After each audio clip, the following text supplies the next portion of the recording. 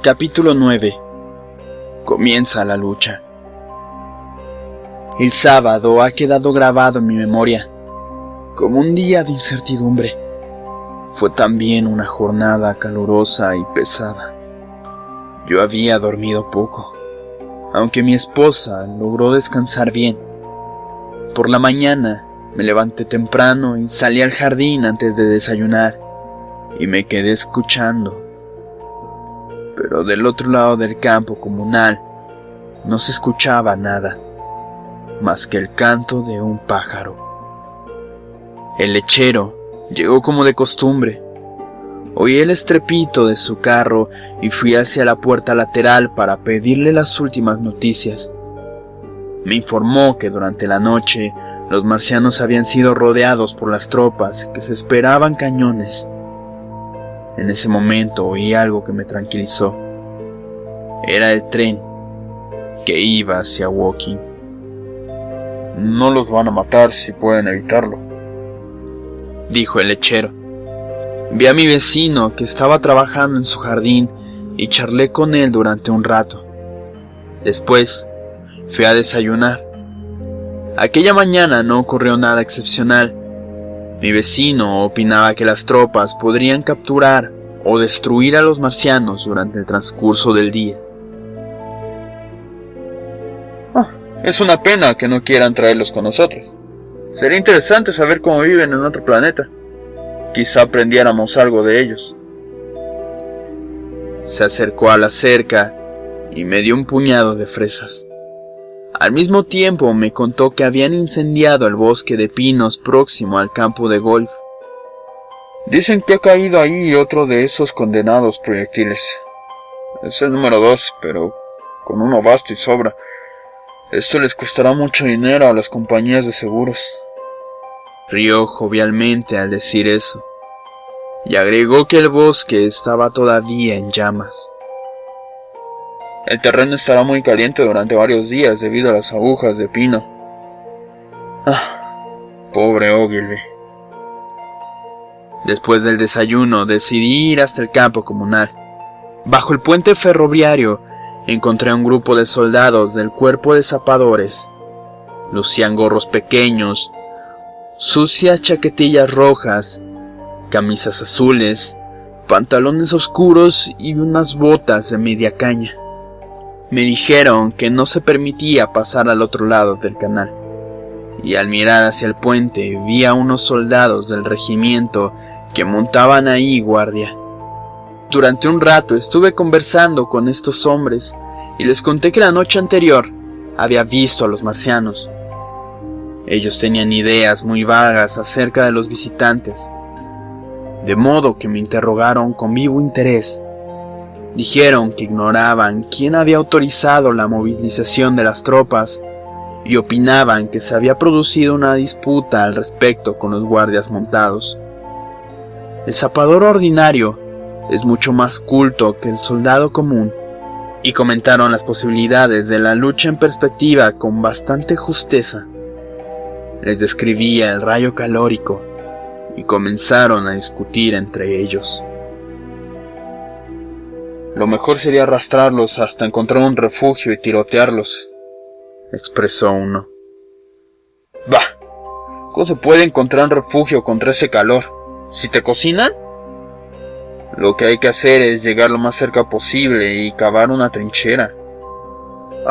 Tú y tus trincheras, siempre las quieres, ni que fueras un conejo. ¿Es verdad que no tienen cuello? Repetí la descripción que hiciera un momento antes. Octopus. ¿Así que esta vez tendremos que pelear con peces? No es un crimen matar bestias así. ¿Por qué no los cañonean de una vez y terminan con todos ellos?, preguntó otro.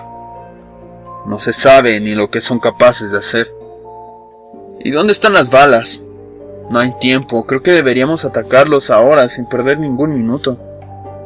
Y así continuaron discutiendo. Al cabo de un rato me alejé de ellos y fui a la estación en busca de tantos diarios matutinos como pudiera. Mas no fatigaré a la escucha con una descripción de aquella mañana tan larga y de la tarde más larga aún.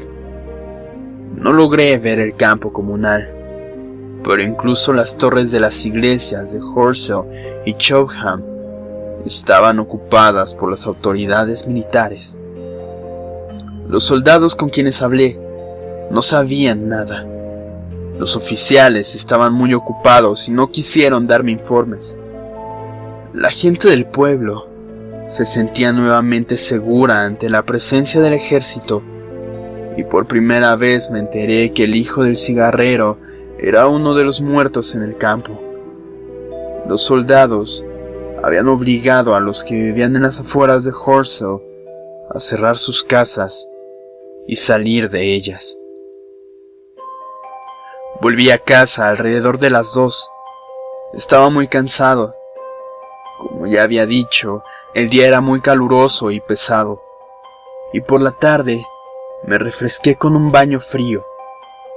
Alrededor de las 4:30 fui a la estación para adquirir un diario vespertino, pues los de la mañana habían publicado una descripción muy poco detallada de la muerte de Stent, Ederson, Ogilvy y los otros, pero no encontré en ellos nada que no supiese ya.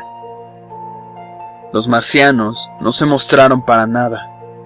Parecían muy ocupados en su pozo, y se oía el resonar de los martillazos, mientras que las columnas de humo eran constantes. Aparentemente, se estaban preparando para luchar. Se han hecho nuevas tentativas de comunicarse con ellos, mas no se obtuvo menor éxito. Era la fórmula empleada por los diarios. Un zapador me dijo que las señales las hacía un soldado ubicado en la zanja con una bandera atada a una vara muy larga. Los marcianos le prestaron tanta atención como la que prestamos nosotros a los mugidos de una vaca. Debo confesar que la vista de todo este armamento y de los preparativos me exaltó en extremo. Volvieron a mí parte de los sueños de batalla y heroísmo que tuve durante mi niñez. En esos momentos me pareció una batalla desigual. Los marcianos daban la impresión de encontrarse totalmente indefensos en aquel pozo. Alrededor de las 3 comenzaron a oírse las detonaciones de un cañón que estaba en Chertsey. Me enteré de que estaban cañonando el bosque de pinos donde había caído el segundo cilindro, pues deseaban destruirlo antes de que se abriera. Mas eran ya las 5 cuando llegó a Chobham el cañón que habría de usarse contra el primer grupo de marcianos.